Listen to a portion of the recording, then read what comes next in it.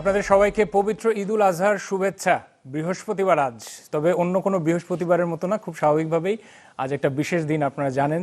এবং সারাদিন যে কর্মব্যস্ততা গেছে আজকে পবিত্র ঈদকে কেন্দ্র করে, আমার মনে হয় যে আপনারা সবাই খুব চমৎকার একটা দিন অতিবাহিত করেছেন, বিশেষ করে আপনার পরিবার পরিজন এবং সবচেয়ে কাছের জনকে সাথে নিয়ে। আজকে নিয়ম করে আসার কথা এবং নিয়ম করে এসেছিও। আপনাদেরকে স্বাগত জানাতে চাই চ্যানেল 24-এর নিয়মিত আয়োজন মিট দ্য পিপল, এই আয়োজনে। তবে এটা ঈদ বিশেষ খুব স্বাভাবিকভাবেই। সারা বছর যে রাজনীতি, অর্থনীতি, দেশের গুরুত্বপূর্ণ সব বিষয় নিয়ে যে প্রশ্ন করি এবং প্রশ্নের উত্তর খোঁজার চেষ্টা করি, আজ কিছুটা ভিন্নভাবে সাজিয়েছি আমরা।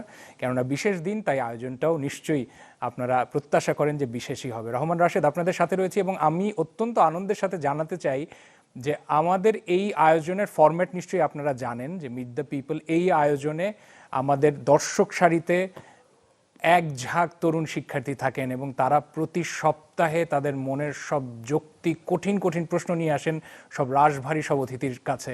এবং এখানে রাজনীতিবিদরা যেমন আসেন অর্থনীতিবিদ এবং সেই সাথে সাথে সব গুরুত্বপূর্ণ ব্যক্তিবর্গ, তারা প্রশ্ন বাণে জর্জরিত হন।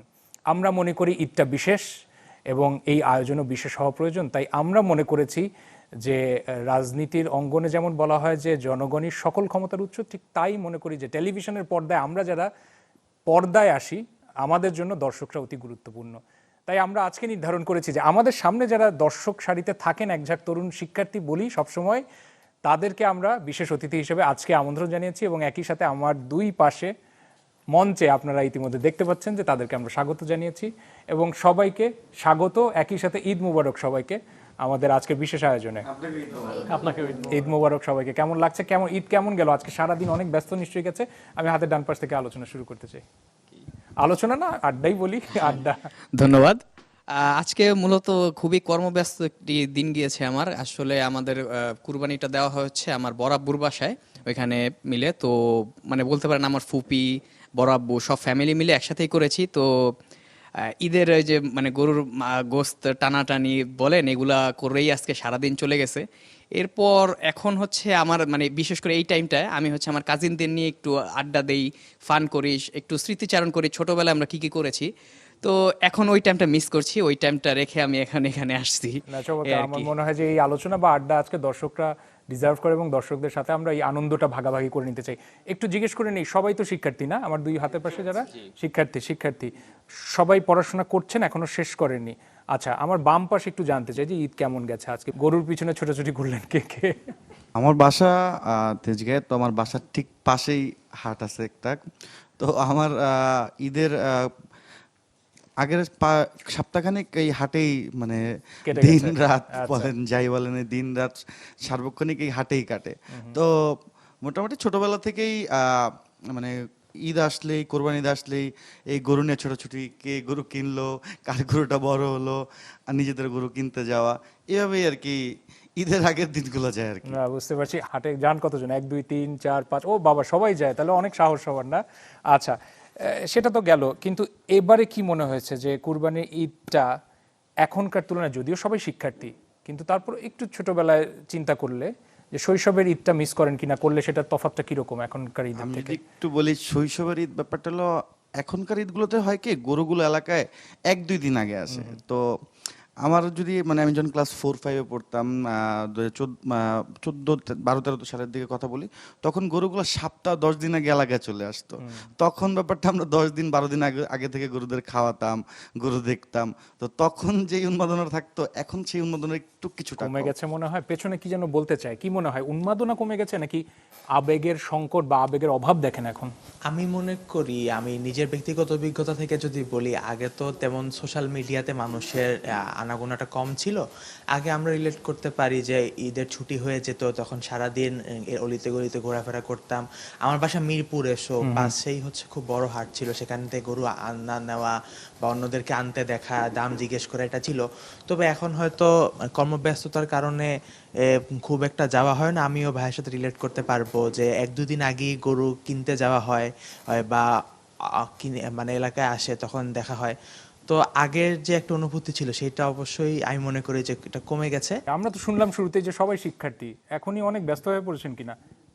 ব্যস্ততা আসলে সময়ের সাথে সাথে আসে, যেমন একদম ছোটবেলায় যদি বলি ঈদ মানে তখন আমরা শুধু বুঝতাম যে একটা ঈদের নতুন জামা পরবো, তারপরে হয়তো বা ফ্রেন্ডদের সাথে বের হয়ে যাব, কাজিনদের সাথে বের হয়ে যাব। বাট দেখা যায় কি শিক্ষার্থী হলেও বড় তো হয়েছি, বড় তো হচ্ছি, সময় যাচ্ছে। তো সেই ক্ষেত্রে দেখা যাচ্ছে যে আমাদের ব্যস্ততা তো একটু বাড়ছে। যেমন আগে একটা সময় ঈদের এত কাজ মাথায় থাকতো না, এখন দেখা যায় যে ছেলেরা দেখা যায় যে বাবাদের সাথে একটু সাহায্য করার চেষ্টা করে। আমরা মেয়েরাও দেখি যে সবসময় মাদেরকে একটু সাহায্য করার চেষ্টা থাকি। তো আগে সবসময় হাতে কখন মেহেদি দিব এই টেনশন থাকলেও এখন একটু টেনশন থাকে যে না কি রান্না হবে, কি রান্না করব ও বা আচ্ছা, সেই কিভাবে চিন্তা কাজ করেন, করব। রান্না হ্যাঁ করেছেন? অবশ্যই তাই অবশ্যই করা হয়, ঈদে সব, রান্না করেন? হ্যাঁ সব মেয়েরা তো এক না, আমি মনে করি কিছু কিছু মেয়েরা আছে আমরা মানে স্বভাবতই হচ্ছে রান্নাটা পছন্দ করি, আমি তার মধ্যে একজন, তাই আমি রান্নাটা আসলে না, খুব পছন্দ আমাদেরও করি। মনে হয় যে রান্নাটা আসলে একটা শিল্প এবং এটা যার যার আগ্রহ আছে সবাই করবে। আর যারা কেউ কেউ আছে যে আমার মতো যারা রান্না করতে পারে না তারা রান্না খাবে এবং একই সাথে প্রশংসা করবে যারা রান্না করবে, তাই না? আচ্ছা, নতুন জামার কথা বলেছে, নতুন জামা কিনছেন কয়জন? কুরবানি ঈদে যদিও বলা হয় যে আসলে খুব বেশি শপিং করা হয় না, তাই না? তারপরও কি ভাবনায় আছে? কি বলেন, দেখি উত্তর কি আসে আমার কাছ থেকে। আমি আসলে জার্সি কিনেছি কারণ সামনে হ্যাঁ, ফুটবল ওয়ার্ল্ড এইটা কাপ, গুরুত্বপূর্ণ। তো দেখলাম যে আচ্ছা ঈদ আবার সামনে ফুটবল ওয়ার্ল্ড কাপ, আচ্ছা। আর্জেন্টিনার নতুন একটা কিট বের হয়েছে, so why not. Tahsin jersey মানে শপিং করে ফেলছে চিন্তা করে। আপনারা কি ঈদে এরকম চিন্তা করেছেন? ঈদে পাঞ্জাবি নিলেন কয়জন, নাকি এটা সব রোজার ঈদে সবার শপিং হয়ে গেছে? কি বলবেন? এটা আমার রোজার ঈদের, আর আমি এক পাঞ্জাবি দিয়ে 4-5টা ঈদ কাভার করে ফেলি। বাস, মানে ছেলেরা তাই না, একটু হ্যাঁ, শপিং কম করে? এমনই আমার ভাই বোনেরা বা আমার ফ্রেন্ডরা সবাই একই, দেখা যায় যে এক পাঞ্জাবি দিয়ে 4-5টা ঈদ করে আবার নতুন পাঞ্জাবি কিনে। এটা আমাদের প্রমিলা দর্শক আছে, তারা কি মনে করে ছেলেরা শপিং কম করে? কি মনে হয়? দুজন দুই পাশে আছে, কি উত্তর দিবেন? ছেলেরা অ্যাকচুয়ালি শপিং কম করে। কম করে, এটা ভালো? এটা ভালো, মানে বিশেষ করে ভাই কম কিনলে বোনদের ভাগে একটু বেশি পড়বে, ভালো না আসলে খারাপ? বাংলাদেশের ট্রেডিশনে আমরা ছোটবেলা থেকে বড় হতে হতে দেখেছি বাবা বাবা ভাই হচ্ছে বাবা হয়, ভাই হচ্ছে বিভিন্ন ক্যারেক্টারে রূপান্তরিত হয়, তো তাদের স্যাক্রিফাইসটা অনেক বেশি থাকে। আমি বাংলাদেশের পুরুষদেরকে বেশিরভাগ দেখেছি, স্পেশালি প্রবাসী থেকে শুরু করে আমাদের পরিবার থেকে শুরু করে, স্যাক্রিফাইসটা হচ্ছে তারা অন্যর আনন্দটাকে তারা নিজের আনন্দ মনে করে, সেটা সন্তান হোক, সেটা ওয়াইফ হোক, মা হোক, বাবা হোক, তো তাদের আনন্দটা ম্যাক্সিমাম দেখেছি পরিবারের আরেকজনের মানে পরিধান করা পোশাকটাকে দেখে বোধহয় তারা চোখের প্রশান্তিটা পায় বেশি। আয়েশা খুব সুন্দর একটা অনুভূতির কথা বলেছে, আপনিও কি একমত হবেন? কি মনে আচ্ছা, হয় আমি যে ছেলেদের যে স্যাক্রিফাইসের কথা আসছে, পরিবারে সবাই স্যাক্রিফাইস করেন, তাই না? তো কি মনে হয় আপনার যে ছেলেরা স্যাক্রিফাইস করে বা শপিং এ একটু কম করে, পরিবারের জন্য একজন বাবা হয়ে ওঠার প্র্যাকটিস শুরু হয়ে যায় আরো আগে থেকে, বা ভাই হিসেবে? আমি মনে করি একটা, আপনি যেহেতু পরিবারের কথা বলেছেন, পরিবার শব্দটা কিন্তু তখনই পরিবার হয় যখন স্যাক্রিফাইসটা দুই সাইড থেকে আসে। আসলে হয়তো বাবাদের বা ছেলেদের স্যাক্রিফাইসটা এই সাইড থেকে একটু বেশি আসছে। আপু খুব বাস্তবধর্মী কথা বলেছে, বাট আমি তার সাথে একটু অ্যাড করতে চাই, সেটা হচ্ছে আমি মনে করি মেয়েদের তুলনায় ছেলেদের কেনার জিনিসটাও খুব কম। দেখা যায় যে ছেলেদের একটা পাঞ্জাবি, একটা জুতো, দ্যাটস ইট, এটা হয়তো বা কিনলে হয়ে যায়। বাট মেয়েদের দেখা যায় যে আমাদের অর্নামেন্টসই হচ্ছে এত ধরনের বা এত কিছু আছে, মেকআপের সাইডে না যাই আমি, তো সেই ক্ষেত্রে আমি এটা মনে করি। আর স্যাক্রিফাইস জিনিসটা পরিবার হতে হলে দুই সাইড থেকে আসে। অনেক সময় মারা, বোনরাও, আমরাও অনেক ধরনের অনেক স্যাক্রিফাইস করি। একটা বিষয়ে উঠে আসছে আপনাদের সবার বক্তব্য থেকে যে কর্মব্যস্ততা এসে গেছে, ঈদে আগের মতো আনন্দ পাচ্ছি না। কেন? কারণ 7-8 দিন আগে থেকে গরুর হাট বা কুরবানির হাট বসছে, এখন সেটা হয় না। আপনারা কি মনে করেন যে এই 2026 সালে এসে মানুষের আবেগ আস্তে আস্তে হারিয়ে যাচ্ছে? কার কি মতামত আমাকে একটু দেন। আমি মনে করি যে মানুষের ভাইয়া যেটা বলছিলেন যে সোশ্যাল মিডিয়ায় অনেক বেশি, আমরা ছোটবেলায় যেটা করতাম, আমার মনে আছে কোরবানি বলতেই আমার মাথায় একটা গান আসতো, গরু আইলো সবাই কিন্তু সাবধান, আগে পিছে ডাইনে বামে দেখা চলেন ভাইজান। তো আমাদের মধ্যে না একটা ফ্যাসিনেশন কাজ করতো। এখনকার সময় আমি মনে করি কোনো একটা কিছু করার থেকে ওই জিনিসটা শো অফ করার মেন্টালিটি আমাদের মধ্যে সবচেয়ে বেশি পরিমাণে বেশি। আমরা একটু পরপর স্টোরি দেই, গরু কাটা ডান, রান্না করার ডান, গরু কিনা হলে হাম্বা ডান। সো এই মেন্টালিটিটা থেকে হয় কি আমরা যান্ত্রিক হয়ে গেছি, আমরা রোবোটিক হয়ে গেছি। এই শো অফ করার মেন্টালিটি কেন আসছে বলেন তো? নার্সিসিজম আমাদের মধ্যে থেকে এই জিনিসটা বের করে আনা হয়েছে। আমরা ফেসবুকে যখন কোনো একটা কিছু মানুষকে দেখাই, মানুষ যখন একটা রিয়েক্ট দেয়, আমাদের মধ্যে একটা ইনার স্যাটিসফ্যাকশন কাজ করে, ডোপামিন রিলিজ হয়। ওই ডোপামিন রিলিজটা আমাদের মধ্যে থেকে এমন নেশা হয়ে গিয়েছে, এই এই নেশা থেকে আমরা মনে করি যে আমি বের হওয়ার কোনো উপায় দেখছি না, এবং আমাদের প্রত্যেকটা ওকেশনে এইটা আমাদের সাথে ওতপ্রোতভাবে জড়িত হয়ে গেছে। আমরা নিজেরা অফলাইনে এনজয় করার থেকে মানুষকে দেখাতে বেশি পছন্দ করি, আমাদের এই নার্সিসিজম ধর্মটার জন্য। আচ্ছা, কিন্তু আপনারা তো সবাই একদম মানে তারুণ্য নির্ভর একটা জেনারেশন এবং একই সাথে সবাই শিক্ষার্থী। অনলাইনের যে ব্লেসিং বলি বা যে যুগের দাবি বলি, সেটার থেকে কি আবার পিছিয়ে পড়বেন না যদি আপনারা সেখানে যদি ফেসবুক বা সোশ্যাল মিডিয়া থেকে দূরে থাকেন? সেই ক্ষেত্রে এই ব্যালেন্সিংটা কিভাবে হওয়া উচিত, কি মনে হয়? আমার মনে হয় এই জায়গাতে অফলাইন এবং অনলাইন আমাদের যে দুইটা আসলে পরিচয় থাকে, আমার মনে হয় যে একজন শিক্ষার্থী হিসেবে বা আমরা তরুণ যারা আছি তাদেরকে আসলে প্রপারলি ব্যালেন্সটা করা উচিত, যে আমি আসলে কতটুকু নিজেকে প্রকাশ করব বা আমার কতটুকু আসলে নিজেকে অনলাইনে প্রকাশ করা উচিত, এবং আমি আমার অফলাইনে যে আমাদের সত্তাটা আছে, যেটা আমার বাস্তবতা, আমার পরিবার পরিজন, আত্মীয় স্বজন, বন্ধু বান্ধব, সেই সাথে আমার এলাকাবাসী। যেমন আমরা আগে ছোটবেলায় যেমন আমার দাদা বাড়ি বা নানা বাড়িতে দেখতাম যে বড় ফ্যামিলি সবাই ঈদের 1-2 দিন আগে গ্রামে চলে যাচ্ছে, একটা আয়োজন হচ্ছে, সবাই ওইটা নিয়ে মজায় আছে। এখন দেখা যাচ্ছে কি ওই যে ছোট বাচ্চাটা হোক বা বয়স্ক মানুষটা হোক, গ্রামে যে রিলস স্ক্রল করতেছে। এই পাশ থেকে কি মতামত দেখি? আর সোশ্যাল মিডিয়াটা হচ্ছে আমার কাছে একটা ভাইরাসের মতো এখন। আমরা ভাইরাস, আচ্ছা। এই ভাইরাসে আমরা আক্রান্ত হয়ে আছি। আমি যদি বলি যে আমি এটা থেকে রিমুভ হতে চাচ্ছি, ধরেন আমার সোশ্যাল প্ল্যাটফর্মে আমি থাকতে চাচ্ছি না, কিন্তু আমার বাই অফিসিয়ালি বা কোনো ধরনের কোনো অ্যাক্টিভিটিস কারণে হচ্ছে আমার এখানে কানেক্ট থাকতে হচ্ছে। রাষ্ট্রীয় কিছু বিষয় আছে, রাষ্ট্র যদি কিছু সিদ্ধান্ত নেয় সেক্ষেত্রে আমরা কিন্তু সেই রাষ্ট্রীয় নির্দেশনা পালন করতে বাধ্য। কিছু কিছু অ্যাপস আছে যেটা হচ্ছে যেমন ট্রেন থেকে হঠাৎ করে দেখি যে কাটা পড়ছে, কি কারণে? ভিডিও করতে। তার কোনো সিভিক সেন্সই কাজ করছে না, আমি আসলে কোথায় আছি, কোন প্ল্যাটফর্মে আছি, আশেপাশের জায়গাটা কি। এই সিভিক সেন্সটা আমরা অনেক এডুকেশনাল পার্সন যারা আছি তাদের মধ্যে এই বিষয়টা এখন কাজ করছে না, এই ম্যানারিজমটা কাজ করছে না। এইটার কারণটা কি? কারণ আমরা তো শিখছি না, আমাদের শিখার জায়গাটা তো কম। আমি নির্ধারণ করব যে কোনটা উচিত কোনটা উচিত না, কি মনে হয় সেটা কি শুধুমাত্র রাষ্ট্র করে দিবে নাকি স্কুলিং থেকে এটা হওয়া উচিত বলে মনে করেন? আমি মনে করি স্কুলিং থেকে অনেক কিছু হওয়া উচিত। আচ্ছা। যেমন হচ্ছে আমি এখন যদি আমাদের জীবনে আমরা যদি বলি ইন্টারনেট, সোশ্যাল মিডিয়া এইগুলো যদি একটা পার্ট হয়ে যায়, তাহলে ডেফিনেটলি এটা কিভাবে ইউজ করব, কতটুকু আমরা নিতে পারি, কতটুকু শিক্ষা নিতে পারি, কতটুকু মানে কিভাবে ইউজ করতে পারি, এটা স্কুলিং থেকেও আসা উচিত। আচ্ছা। কারণ তাহলে হবে কি, এটা ছেলে মেয়েদের সেই ধারণাটা হবে, কারণ এখান থেকে আমরা পালিয়ে থাকতে পারছি না, আমাদের কিন্তু ইউজ আচ্ছা, করতে বুঝতে পারছি। হচ্ছে। স্কুলিং এ যারা এই যে সবাই তো স্কুলের গণ্ডি পার হয়েছেন, একটু মাইক্রোফোনটা দিবেন।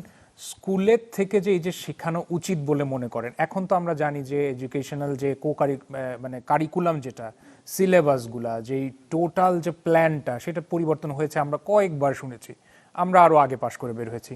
সেটা কি মনে হয় যে যথেষ্ট শিক্ষার্থীদের জন্য? জি, এখন আমার মনে হয় যেই সিচুয়েশনগুলো বা এই সিচুয়েশনের উপর ভিত্তি করে যেই কার্যক্রমগুলো নেওয়া হয়েছে এগুলো যথেষ্ট, কিন্তু এগুলার এক্সিকিউশনটা কিরকম হবে সেটা অনেকটাই প্রশ্ন মধ্যে থেকে যায়। কারণ আমরা দেখি রাজধানী শহরে অনেক ভালো ভালো স্কুল আছে, নামকরা স্কুল আছে, কিন্তু আমরা যদি প্রত্যন্ত গ্রামে যাই সেখানে কিন্তু সেই ফ্যাসিলিটিসগুলো নাই। তো সেটা সরকার কিভাবে প্রোভাইড করছে, এটা সরকার এনশিওর করতে পারছে কিনা, এটা অনেকটা সরকারের উপর মানে গভর্নমেন্টের উপর দায়ভার পড়েই যায়। কেননা সবাই বলছিলেন যে এটা স্কুলিংয়ের থেকে শিখে আসা দরকার।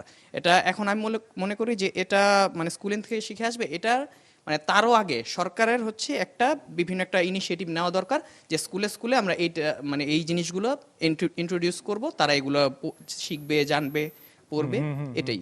আচ্ছা, আমি শিক্ষা জীবনে আছি, আমি একদম বয়সে তরুণ, আমি স্কুলে যাচ্ছি, কিন্তু আমার ব্যক্তিত্ব কেমন হবে? আমি গুরুজনকে শ্রদ্ধা কিভাবে করব? আমি কতটুকু ডিসিপ্লিনড হব?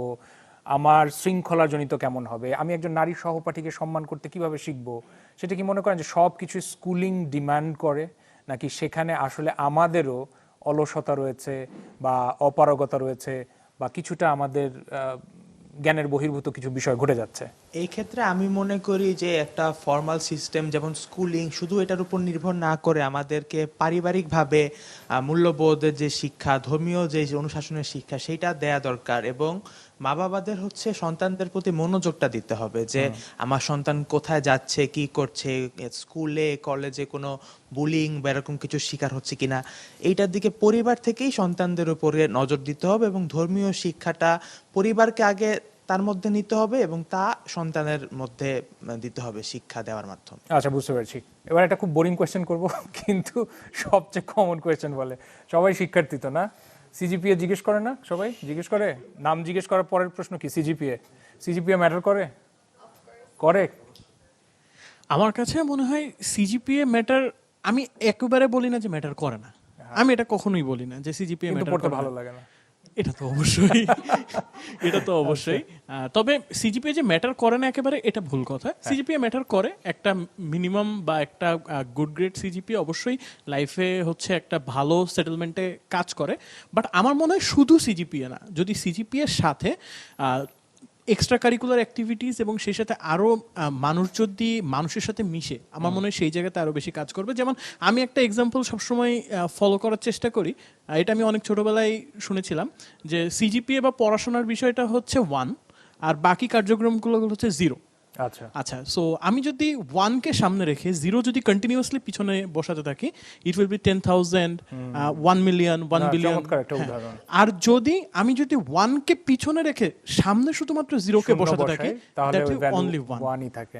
আচ্ছা, আর মানে এখানে কোকার, হ্যাঁ একটু মাইক্রোফোন নিয়ে কথা বলতে স্টাডির হবে। কথা যেহেতু বলেছেন, এখানে একটা কথা আছে যে আমরা স্টুডেন্টরা সাধারণত পড়াশোনা পছন্দ করি না বা একটা বার্ডেন মনে হয়। এখানে আমি বলবো যে এমন না যে আমি একটা স্টাডিয়াস তাই বলছি, বিষয়টা এরকম না। আসলে কি আমরা একটা ভুল সাধারণত সবাই করে থাকি যে আমরা কোন সাবজেক্ট নিয়ে পড়বো, আমরা কি আচ্ছা। হতে চাই, এটা আমরা আগে থেকে সিলেক্ট করি না। পরবর্তীতে ওই সাবজেক্টটা নিয়ে আমরা যখন পড়ি তখন শুধু আমাদের কাছে মনে হয় আমরা মানে প্রেশার করে আমরা আমাদের ব্রেনে কিছু ঢুকানো ট্রাই করছি।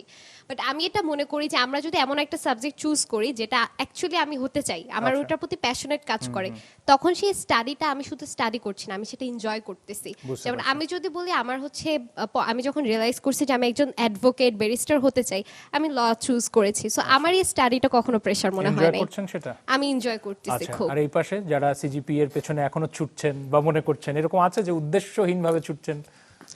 আমি মনে করি ভাইয়া যেভাবে বললেন জিপিএ বা সিজিপিএ, এটা একটা এন্ট্রি পাসের মতো, এটা একটা সিগন্যাল থাকে যে আমি যেই জবের রোলে যেতে চাই না কেন, একাডেমি হোক ইন্ডাস্ট্রি হোক, এটার জন্য এটা আমার জাস্ট গেট পাস।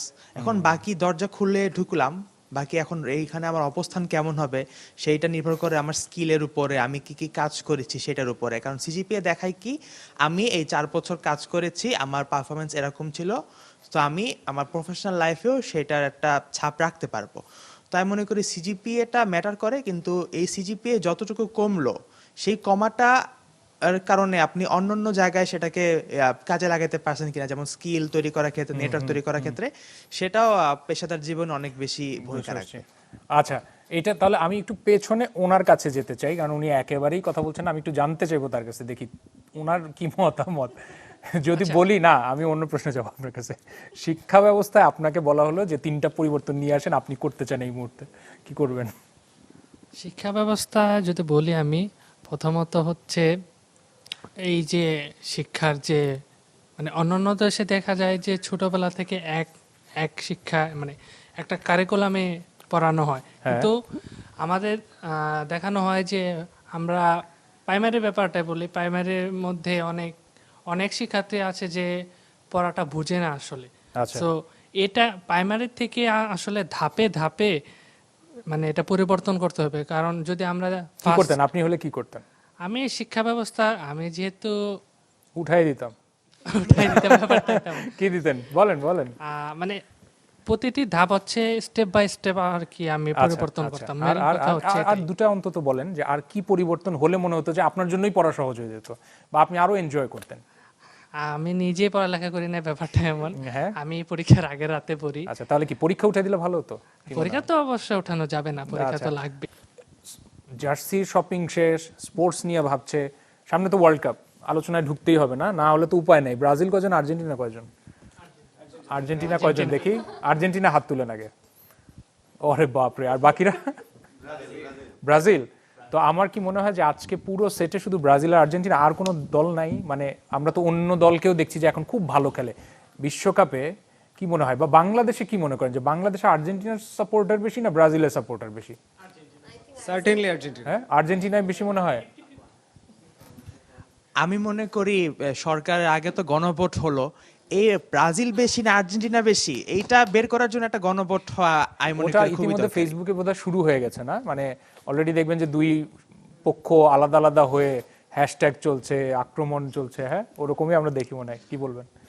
আর্জেন্টিনা 36 বছর পর ওয়ার্ল্ড কাপ নিছে। ওয়ার্ল্ড কাপ 36 বছর নেওয়ার পরে তাদের কিছু গুপ্ত সমর্থক এখন প্রকাশ পেয়েছে, যারা এতদিন জার্মানি বা ফ্রান্স বা বিভিন্ন দল, তারা ব্রাজিল কি ভিন্ন নামে আশ্রয় নিয়েছিল? ব্রাজিল যে টিমের সাথে খেলতো তারা সেই দলই করতো।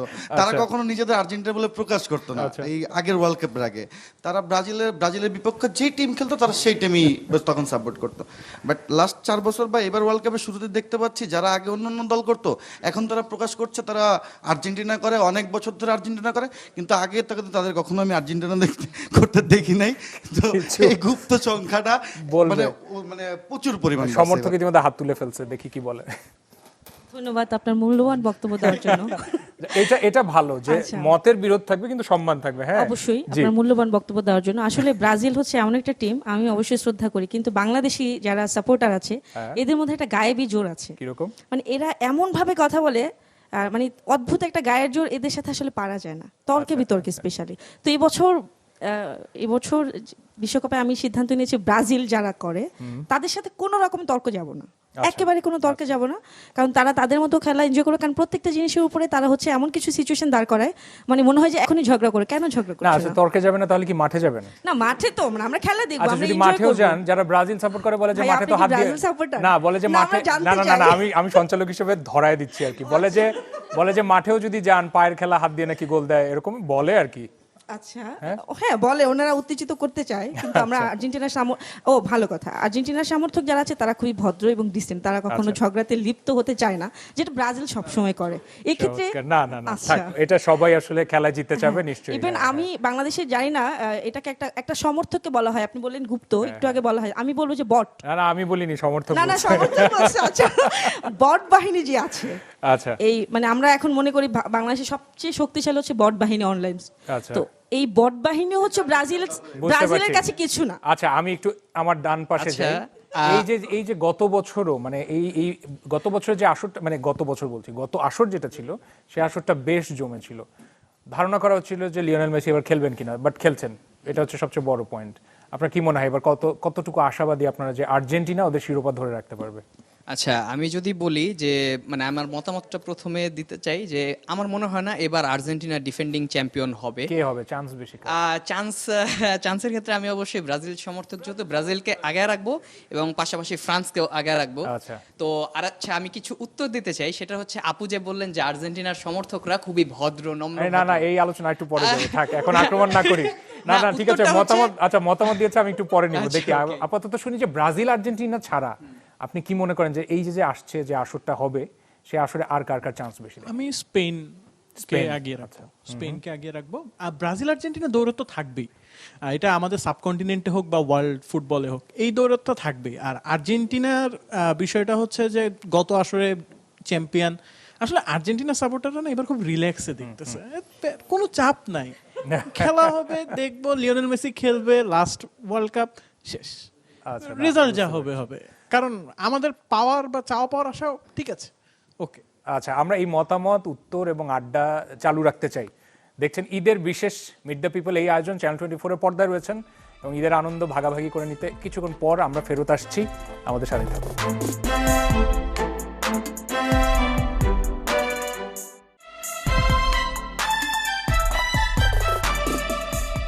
সবাইকে আরো একবার ঈদের শুভেচ্ছা। দেখছেন ঈদের বিশেষ মিট দ্য পিপল, চ্যানেল 24 এর পর্দায় রয়েছেন রহমান রাশেদ। আরো একবার আপনাদেরকে স্বাগত জানাচ্ছি এবং এক ঝাঁক তরুণ বিতার্কিক নিয়ে আমরা আজকে বসেছি এবং তারা তাদের মতামত দিচ্ছেন পুরো আয়োজনে। আমরা ঈদের বিশেষ আয়োজনে রয়েছি যেহেতু, তাই বিশেষ আড্ডাই বলবো। আমরা বিরতির আগে নানা বিষয়গুলো তুলে আনার চেষ্টা করেছি, একই সাথে যেহেতু আসছে কিছুদিনের মধ্যেই ফুটবল ওয়ার্ল্ড কাপ শুরু হতে যাবে, সেই বিষয়ে খুব স্বাভাবিকভাবে প্রত্যাশিতভাবে বিতর্ক চলছিল। আমরা সেই টপিকে আর একটু আসতে চাই।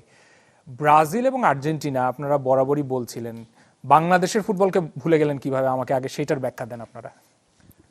বাংলাদেশের ফুটবলটাকে আমরা ভুলে বিশ্বকাপে গেছি। নাই তাই ভুলে গেছেন? আমরা স্বপ্ন দেখি বাংলাদেশ একদিন ওয়ার্ল্ড কাপে খেলবে অবশ্যই। লাস্ট এই যে রিসেন্ট কিছু মানে বাংলাদেশ ফুটবল ফেডারেশন কিছু কাজ করছে, আমরা আবার আশা দেখছি। বাট লাস্ট 10-15 বছর যদি চিন্তা করেন, ব্যাপারটা হলো বাংলাদেশ ফুটবল ফেডারেশন কিন্তু মরে গেছিল বলতে গেলে।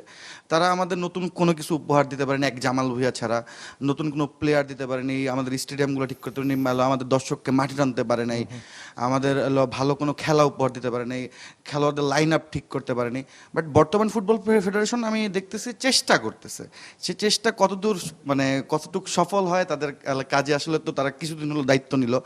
তো আমি আরো বছরখানিক তাদের সময় দিতে চাই। ইনশাল্লাহ আমি বিশ্বাস করি বর্তমান ফুটবল ফেডারেশন যারা আছে তারা সবাই ফুটবলকে ভালোবাসে, তো তারা ফুটবলের জন্য কিছু করবে। আর বাংলাদেশ ইনশাল্লাহ খুব দ্রুতই, মানে আমি আগামী 10-15 বছরের মধ্যে বাংলাদেশকে ওয়ার্ল্ড কাপে দেখতে পারবো, আমি আশাবাদী। দারুণ। তবে একটা ব্যাপার খেয়াল করেছেন যে বাংলাদেশ দলের মানে বাংলাদেশ ফুটবল দলের খেলা হলে এখন যে স্টেডিয়ামে কানায় কানায় ভরে যায়, ব্যাপারটা নিশ্চয়ই আপনারা আপনাদের বাবার কাছ থেকে শুনেছেন, আমরা আমাদের বাবার কাছ থেকে শুনেছি যে আবাহনী মোহামেডানের খেলা হলে একদম পুরো উপচে পড়া ভিড় ছিল, গ্যালারিতে জায়গা দেওয়া যেত না। আমি আবহাওয়ানি মহাবাড়াকে আমি হলো এটা পাইনি, বাট আমি আমার হলো আমি ঢাকা শহরে বড় হয়েছি, তো আমি আমার হলো যারা আশেপাশে মুরব্বী আছে বা বড় ভাই আছে তাদের থেকে শুনেছি ব্যাপারটা হলো আবহাওয়ানি মহাবাড়ানের যখন খেলা হতো এলাকা থেকে বাস ট্রাক ভরে তারা খেলা দেখতে যেত। আসলেই। তো খেলাতে যদি কোনো রকম মানে একটু 19-20 হইতো, কঠিন মারামারি হইতো। মানে স্টেডিয়ামের সামনে ব্যাপারটা হলো মানে 2-4-20 জন আহত হইতোই, এমন একটা খেলা নেই যে খেলার পর শেষে মারামারি হয়নি। ফুটবল নিয়ে অনেক কথা হয়ে গেল, ক্রিকেটে কি অবস্থা? বাংলাদেশের ক্রিকেট নিয়ে বর্তমানে এই যে সাম্প্রতিক যে পারফরমেন্সগুলো তাতে আপনাদের আশাবাদী করে? বাংলাদেশ ক্রিকেট নিয়ে সাম্প্রতিক যে মানে আমি যদি একটু বাংলাদেশ ক্রিকেট নিয়ে যদি বলি যে আমরা 2015 সালের পর থেকে যেভাবে বাংলাদেশ ক্রিকেটের উত্থানটা দেখেছিলাম, মাঝখানে আমি বলবো যে এই যে গ্রাফটা একটু ডাউনওয়ার্ড ছিল, যার কারণে হয়তো আমি একটুই বলি কারণ আমি অনেক আশাবাদী সাপোর্টার বাংলাদেশ ক্রিকেটের। আমি একটু বলি কারণ হচ্ছে এখানে 2021, 22, 23 যে সময়টা বাংলাদেশের গিয়েছে এটা একটা ট্রানজিশনাল ফেজ ছিল। আমাদের প্লেয়াররা কেউ অ্যাভেলেবেল থেকেও আনঅ্যাভেলেবেল, কাউকে আমরা ইনজুরিতে পেয়েছি, মানে এক প্রকার আমরা কোনো সিস্টেমের মধ্যে ছিলাম না। তারপরে কিন্তু আস্তে আস্তে আস্তে আস্তে আমরা এই জায়গাতে আবার কামব্যাক করার ট্রাই করছি। আর রিসেন্টলি পাকিস্তানের সাথে যে সিরিজটা গেল, যেখানে আমরা 2-0-তে টেস্ট সিরিজ জিতেছি, তার আগে অ্যাওয়েতে আমরা পাকিস্তানে যে টেস্ট সিরিজ সেখানে আমরা টেস্ট সিরিজ জিতেছি। কনস্ট্যান্ট আমরা যারা নিয়মিত দর্শক তাদের জন্য বাংলাদেশ ক্রিকেট প্রতিনিয়ত কিছু না কিছু উপহার দেয়, যে উপহারগুলো নিয়েই আসলে আমরা বেঁচে থাকি। একটা প্রশ্ন আমার হাতের দুই পাশেই যারা আছে সবার উদ্দেশ্যে, খেলোয়াড় হতে চেয়েছিলেন এমন কয়জন আছেন এখানে যে পড়াশোনা শেষ করে আচ্ছা কি খেলার সুযোগ পাননি নাকি পরিবার দেয়নি, কি ছিল অভিজ্ঞতা? আমি খেলোয়াড় হতে চেয়েছিলাম বলতে ছোটবেলায় যখন টিভি পর্দায় বাংলাদেশ ক্রিকেট দেখতাম তখন ইচ্ছা হতো যে বাংলাদেশ ক্রিকেট দলে আমি খেলবো। তো আমি হচ্ছে ক্লাব ক্রিকেটে জয়েন করি ছোটবেলায়, একদম ক্লাস 3-4-এ থাকতে। পরিবারের চাপ না বা ওইরকম না, বাট একটা টাইম পর কন্টিনিউ করা হয়নি, কারণ আমাদের দেশে আসলে স্পোর্টস কালচারটা বা আমাদের দেশে যে রুট লেভেল স্পোর্টস কালচারটা এটা এখনো পর্যন্ত মানে আমি যেটা মনে করি যে সকলের জন্য মানে ওয়েল ফ্রেন্ডলি না, যার কারণে হচ্ছে পরবর্তীতে শুরু করার পরেও কন্টিনিউ করা যায় না। পেছনে আরেকজন খেলোয়াড় হতে চান এরকম বলছিলেন, আপনার অভিজ্ঞতা কি ছিল? আমার অভিজ্ঞতা ছিল হচ্ছে এই যে আমাদের এনভায়রনমেন্ট ফ্রেন্ডলি না। আমরা যদি আমাদের পাশের দেশে দেখি ইন্ডিয়ায় যে পরিমাণ ডোমেস্টিক ক্রিকেটে তাদেরকে ছোটবেলা থেকেই হেল্প করা হয়, এখানে একটা খুবই গুরুত্বপূর্ণ ব্যাপার ক্রিকেটার হওয়া বাংলাদেশে একটা রিস্কের মতো। ধরেন আমি ক্রিকেটার হওয়ার যাত্রায় নামলাম, এবার ধরেন আমি ন্যাশনাল লেভেলে আমি জানি না খেলতে পারবো কিনা, আমি ন্যাশনাল লেভেলে খেলার চান্স খুবই কম, খেলতে পারলে তো ক্যারিয়ার সেটেল। যদি খেলতে না পারি, আমি ক্রিকেটার হওয়ার পিছনে যে 15 বছর আমার জীবনের ক্যারিয়ার নষ্ট করলাম, আমার পড়ালেখা ভালো করে করলাম না, ক্যারিয়ারের অন্য সাইডে নজর দিলাম না, আমি ক্রিকেটার হওয়ার পিছনে নষ্ট করলাম। এরপরে গিয়ে যখন ফাইনালি ক্রিকেট থেকে আমি কোনো আউটপুট পেলাম না, মানে আমি বাবা আমার একটা ব্যর্থ সন্তান হয়ে যাব। না বুঝতে পারছি, বাট আমার মনে হয় যে একটু আমাদের দেখার ভঙ্গিতেও আসলে পরিবর্তন রয়েছে, যে ক্রিকেটার হওয়ার পেছনে সময় নষ্ট করলাম বলার থেকে বরং ওটাকে আমরা ইনভেস্ট করি বলি, প্যাশনের পেছনে ছুটি। কিন্তু এই ইনভেস্টমেন্টটা থেকে আউটপুট আসার সম্ভাবনা বাংলাদেশের পার্সপেক্টিভে খুবই কম। আচ্ছা, বাংলাদেশের পার্সপেক্টিভ থেকে বলছেন। আচ্ছা, সবাই অনেক ব্যস্ত, যা বুঝলাম শিক্ষার্থী মানুষ, কিন্তু বলছেন কর্মব্যস্ত। লেখাপড়া শেষ করে চাকরি করবেন কজন, এন্টারপ্রেনার কজন হবেন, উদ্যোক্তা কজন হবেন, মানে আপনাদের ভাবনাটা কি আমি একটু জানতে চাই। আমার এন্টারপ্রেনার হওয়ার ইচ্ছা অনেক আগে থেকেই ছিল, কিন্তু ব্যাপারটা হচ্ছে কি মানে আমি যদি পার্সপেক্টিভে বলি বাংলাদেশের অথবা মিডল ক্লাস ফ্যামিলির, তো ওরকম ক্যাপিটাল আমাদের নেই। তো আমি আর কি জব করে, মানে এটা আমার ইচ্ছা যে আমি জব করে ক্যাপিটাল সংগ্রহ করে এরপর এটা নিয়ে আর কি পড়াশোনা করছেন। আমি পলিটিক্যাল সায়েন্স। আচ্ছা, পলিটিক্যাল সায়েন্স। আর এই পাশে জি কি হতে চান?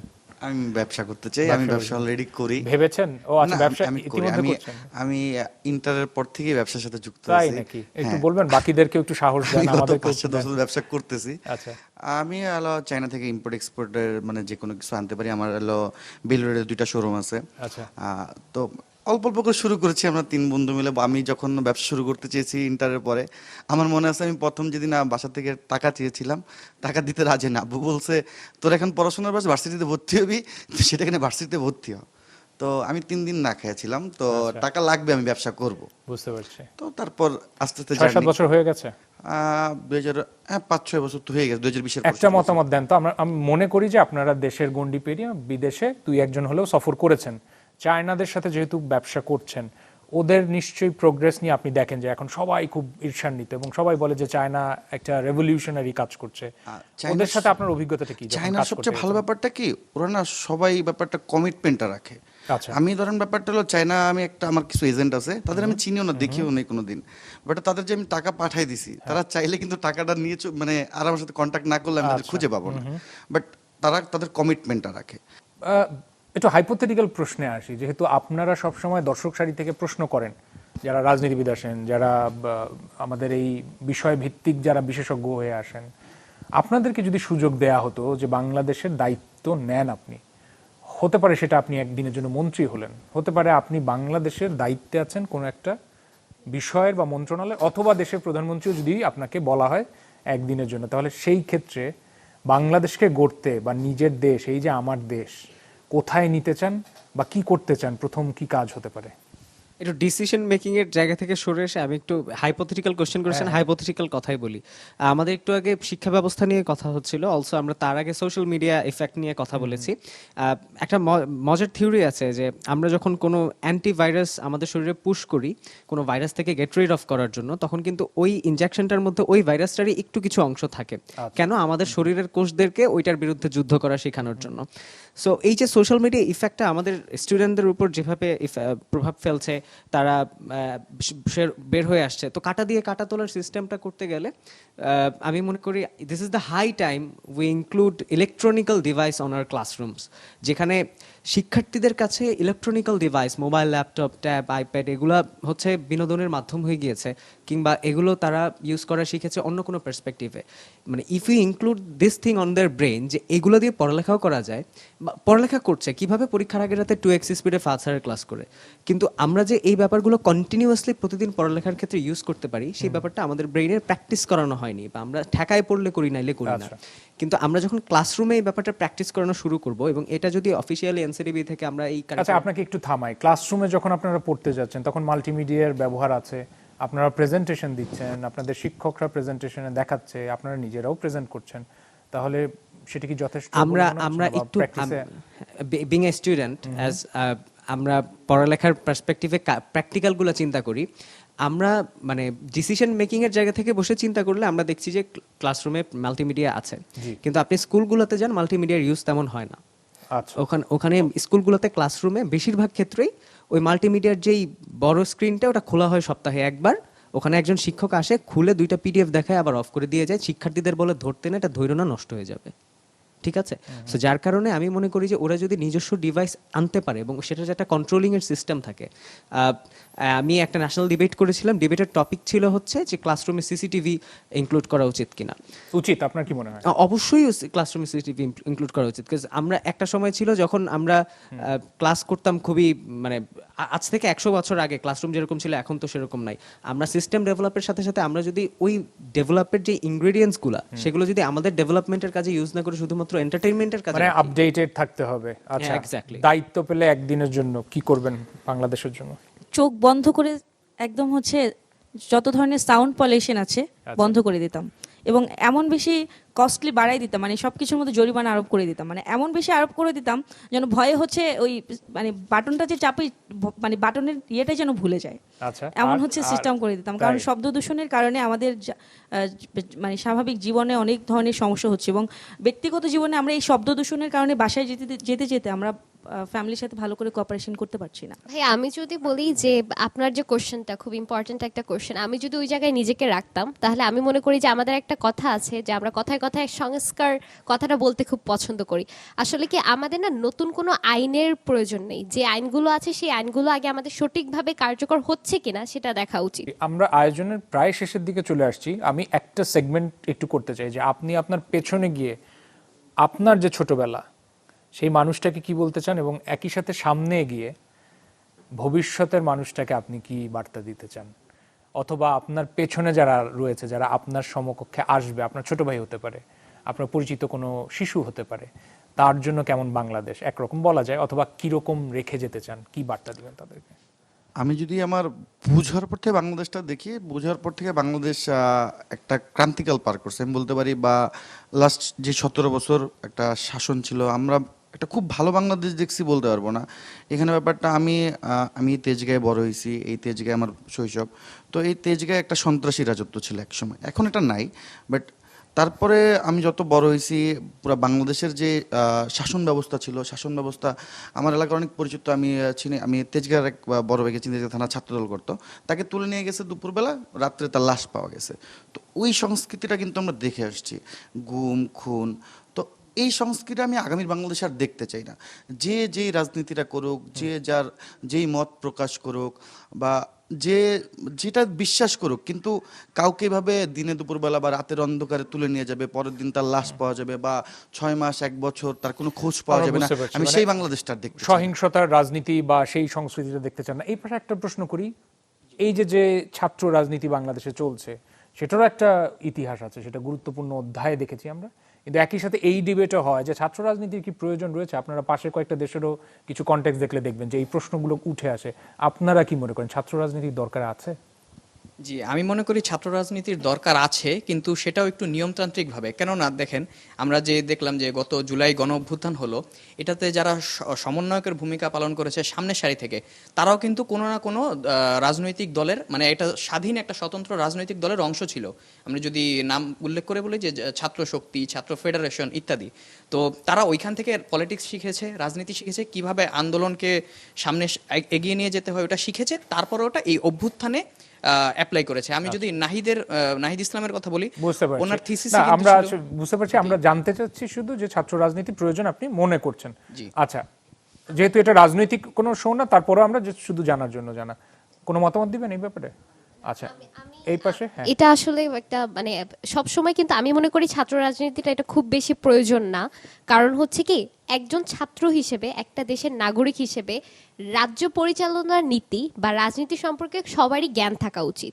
এখন রাজনীতি সম্পর্কে জ্ঞান, রাজনৈতিকভাবে সচেতন হওয়া উচিত। এখন এতটুকুর জন্য যে আমাদের রাজনীতিতে ইনভলভ হতে হবে এরকম কিছু না। আর আমি যদি বলি যে ভাইয়া একটা কথা বলেছিলেন, বাট আমি ওইটার সাথে আসলে একমত প্রকাশ করতে পারছি না।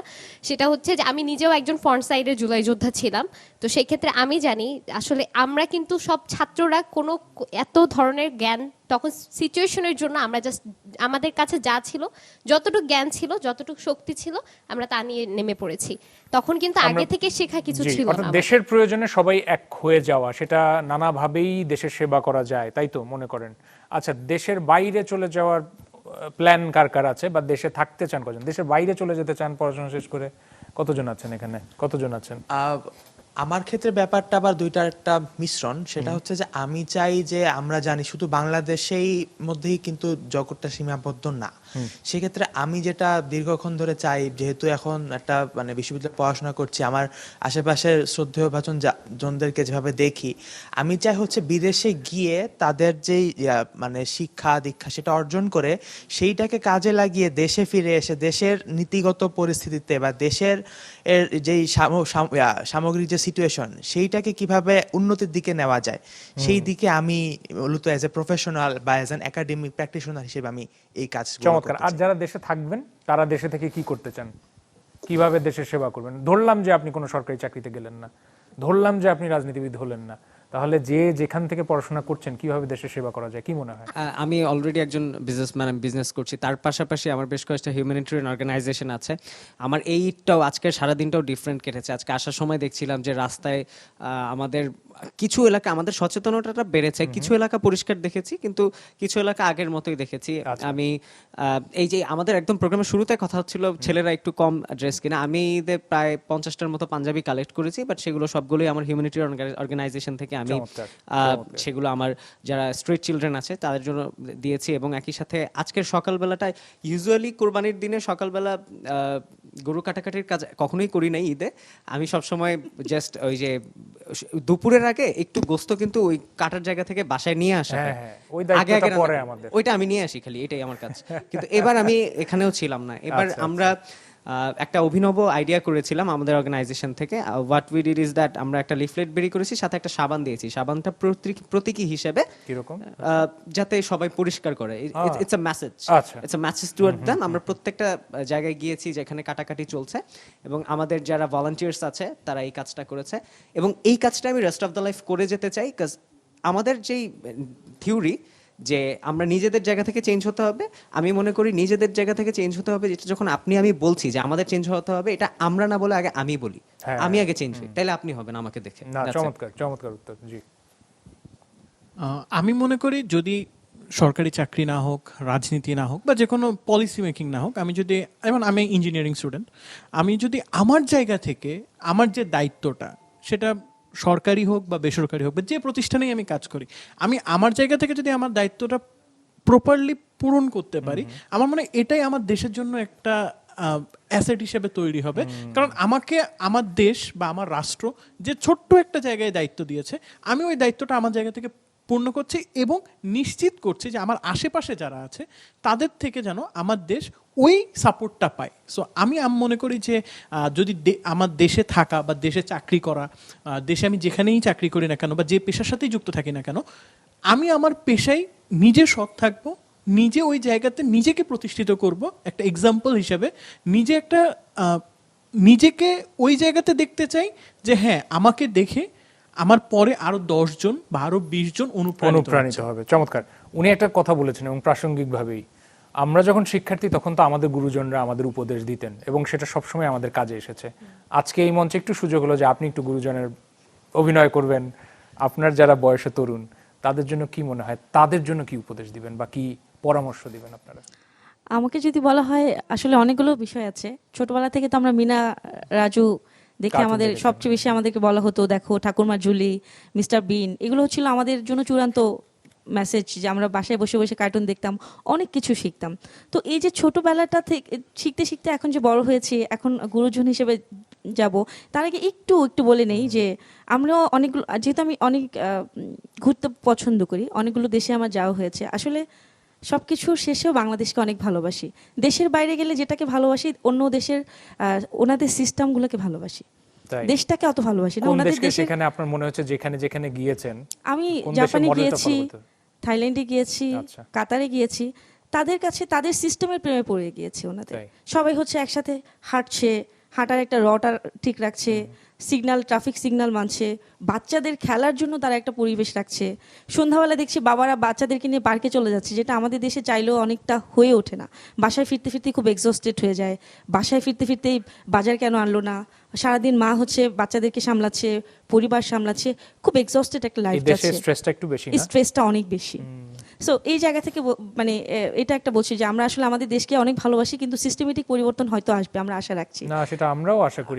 আশা করছি। তো সেই ক্ষেত্রে আমি সবচেয়ে বেশি আমি মনে করি যে সামনের আমাদের দেশে এখন থেকেই যদি সিভিক্স, যে শিক্ষা, স্বাস্থ্য ক্ষেত্রে জি। এই যে হামে মারা যাচ্ছে, আমরা আসলে অসচেতন মা হিসেবে, বোন হিসেবে, খালা হিসেবে, মানে আমাদের জায়গা থেকে আমরা আসলে কতটুকু, পরিবারে যারা আছে ছোট ছোট বাচ্চা আছে তাদের ক্ষেত্রে আমরা আসলে কতটুকু সচেতন, আমরা বুঝতে আসলে পারছি। কিভাবে বলছি তাদেরকে আসলে বুঝতে কতটুকু পারছি। আমরা তো আগে মানে একটু সামগ্রিকভাবে আগে ভাইয়া সচেতন হওয়া এবং দায়িত্ববোধের একটু আগে জায়গা বললো থেকে। আগে জি। নিজে চেঞ্জ মেকার, আগে জি, নিজে জি, হ্যাঁ। চেঞ্জ হও, তারপর আরেকজনকে নিশ্চয়ই। পরিবর্তন করার পেছনে? করে। আপনার ছোট ভাই বা সবচেয়ে তরুণ যে বয়সে, তার জন্য কি মতামত বা কি মেসেজ রাখবেন আপনি? আমার ছোট ভাই আছে, আমার খালাতো ভাই একজন ছোট আছে, ওকে আমি সবসময় আদর করি। ফার্স্ট অফ অল ওকে আমি একটা শিক্ষা দিই যে তুমি যাই করো না করো, বাবা মাকে ভালোবাসবা, তারপর হচ্ছে পরিবারে যারা আশেপাশে আছে তাদের স্নেহ আদর যত্ন অবশ্যই তো করবে। তো ওকে আমি একটা শিক্ষা দিয়েছি যে কখনো খারাপ পথে যাবা না। মেনলি হচ্ছে আমি যদি শুধু আমার ভাই না, অন্য কাউকে যদি উপদেশ দিই, সেটা হচ্ছে কখনো খারাপ দিকে যাবা না। এখন আমাদের সমাজে কিন্তু খারাপ অনেক কিছুই হয়, চাইলেই সহজে খারাপ হওয়া যায়, কিন্তু ভালো চাইলে থাকাটা খারাপ একটা- হওয়া যায়। তবে দিন শেষে আমাদের আসলে সবকিছু, মানে যদি আমি কোনো এক জায়গায় কোনো মানে আমরা খারাপ আমরা- কিছু আমরা- দেখি, আমরা মনের কথা বুঝে নিয়েছি।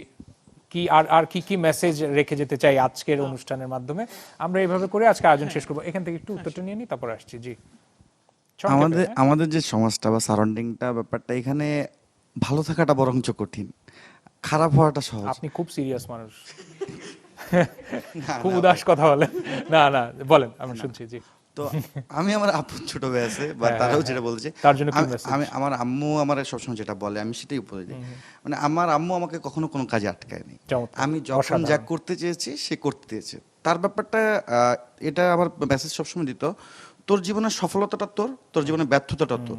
কখনো বলতে পারবি না এমন এক জায়গায় যায় যে মা তুমি এই কাজটা আমাকে করতে দাও না, সেই জন্য আমি আজকে কিছু করতে পারিনি। আমার মা এই কথাগুলো বলে শেষে একটা কথা বলতো, যাই করিস কখনো খারাপ কিছু করিস না। এটাই হ্যাঁ, বা মূল যাই কথা। করিস মানুষ যাতে খারাপ না বলতে পারে। অসাধারণ, তো অসাধারণ। আমি আমার ভাইকেও সেম উপদেশটা দিই, যাই করিস ভাই দিন শেষে ব্যাপারটা হলো মানুষ জানে খারাপ কিছু না বলতে পারে, তুই তোর মন মতো যেটা চাস, আসলে, তাকে আসলে, আটকানোর জি, কিছু না। জি। আচ্ছা, আমি আমার যে মানে যারা বয়সে ছোট, আমি একটু তাদেরকে একটু মজার ছলে বলি, দেখো 24টা ঘন্টা সময় পাও তোমরা দিনে, 24টা ঘন্টা এমনভাবে কাজে লাগাও যাতে পরের দিনে আফসোস করতে না হয় যে আমি কি করলাম।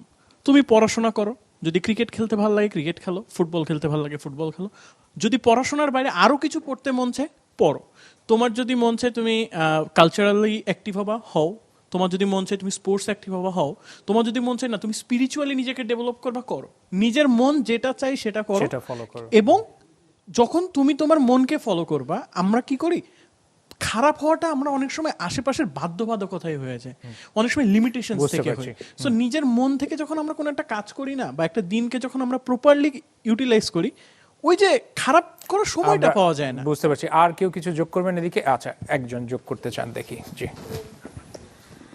প্রশ্ন। আচ্ছা, আমি বরং একটা প্রশ্ন করি। এই যে যে আমরা যখন আয়োজন করি, এই আয়োজনে এরকমও হয়েছে যে আমরা দর্শক সারিতে কাউকে 2টা এপিসোডেও পেয়েছি, ওখান থেকে প্রশ্ন করা সহজ, এখান থেকে বসে উত্তর দেওয়াটা আজকে কেমন লাগছে? যে এইটা একটু শুনি একটু। আমার কাছে মনে হয় এটা একটু ডিফারেন্ট একটা স্টেজ, লাইটের মধ্যে লাইটের বসা, মধ্যে এটা একটু বসা, আলাদা চাপ। আলাদা চাপ। তবে হ্যাঁ, আমি মানে এটা মনে করি যে এখানে যারা বসেন তারা অবভিয়াসলি অনেক বিজ্ঞ মানুষজন, দেশের বিভিন্ন বড় বড় পর্যায়ে তারা থাকেন। তবে আজকে এখানে বসে আমার যেটা মনে হচ্ছে যে হ্যাঁ, ওই পাশ থেকে যদি এখন আমাকে কেউ কোশ্চেন করে, আমি একটু হলেও হয়তো নার্ভাস হব। জি, এই বিষয়ে একটু কথা বলতে চাই। তো আমাদের মাননীয় প্রধানমন্ত্রী তারেক রহমান কিছুদিন আগে বললো, সংসদে দাঁড়ায় বলছিল ব্যাপারটা, আমি যে চেয়ারে বসে আছি সে চেয়ারটা অনেক গরম।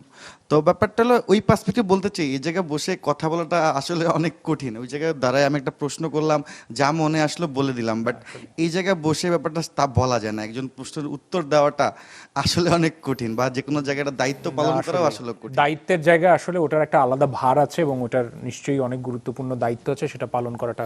পেছনে আর কি যোগ করতে চান? আমি এখানে যোগ করতে চাই যে নিজেকে যদি ডেভেলপ করতে চাই, আমাকে হচ্ছে বিভিন্ন চ্যালেঞ্জের সম্মুখীন অবশ্যই হতে হবে। আমি forever I cannot run away from that. So এখানে যখন এসে বসেছি, আমার মধ্যে একটা অবশ্যই নিজে থেকে কাজ করবে যে না, মানে আমাকে তো উত্তরটা দিতে হবে, নিজে অ্যাড্রেস করতে হবে তাকে। সো এইভাবে যদি রেগুলারলি এঙ্গেজ করা হয়, সব স্টুডেন্টদের ক্ষেত্রেই বলি, এই ধরনের প্ল্যাটফর্মগুলোতে আমরা নিজেদের স্কিলসগুলোকে ডেভেলপ করতে পারবো, নিজে নিজে চিন্তা করতে শিখবো যে আমার কি কি নিয়ে আসলে জানা দরকার, অ্যাওয়্যার থাকা দরকার। নিশ্চয়ই। আমরা আয়োজন একেবারে শেষ পর্যায়ে, চ্যানেল 24 এর পর্দায় আসছেন, সেজন্য আপনাদেরকে ধন্যবাদ জানাতে চাই। তবে ছোট্ট করে একটু জানাবেন একজন যে কোনো, যে গণমাধ্যম থেকে আপনাদের প্রত্যাশা কি? যেমন চ্যানেল 24 কিছুদিন আগে বর্ষপূর্তিও গেছে, 15 বছর ধরে আমরা চেষ্টা করছি নিরলসভাবে গণমাধ্যমে গণমানুষের কথা তুলে আনার জন্য। গণমাধ্যম থেকেও তো আপনাদের প্রত্যাশা আছে, কি যোগ করবেন? এক্স্যাক্টলি আপনি যেটা বললেন সেটাই, গণমাধ্যমে আমরা গণমানুষের কথাই চাই। গণমাধ্যমে আমরা কোনো স্পেসিফাই কোনো গণমাধ্যমকে আমরা কোনো স্পেসিফিক লোকেশনের এজেন্ট হয়ে দেখতে চাই না, এবং আমরা চাই যে কোনো একটা গণমাধ্যম যখন কথা বলবে, গণমাধ্যম শব্দটার অর্থ যাতে পরিপূর্ণভাবে প্রতিস্ফুটিত হয়, এই আশা আমরা রাখি। নিশ্চয়ই, অনেক ধন্যবাদ। শেষ কথা। আমরা বিগত বছরগুলোতে দেখেছি, স্পেশালি 24 সালে দেখেছি গণমাধ্যমগুলো সিঙ্গাপুর এবং পিরোজপুর হয়ে গিয়েছে।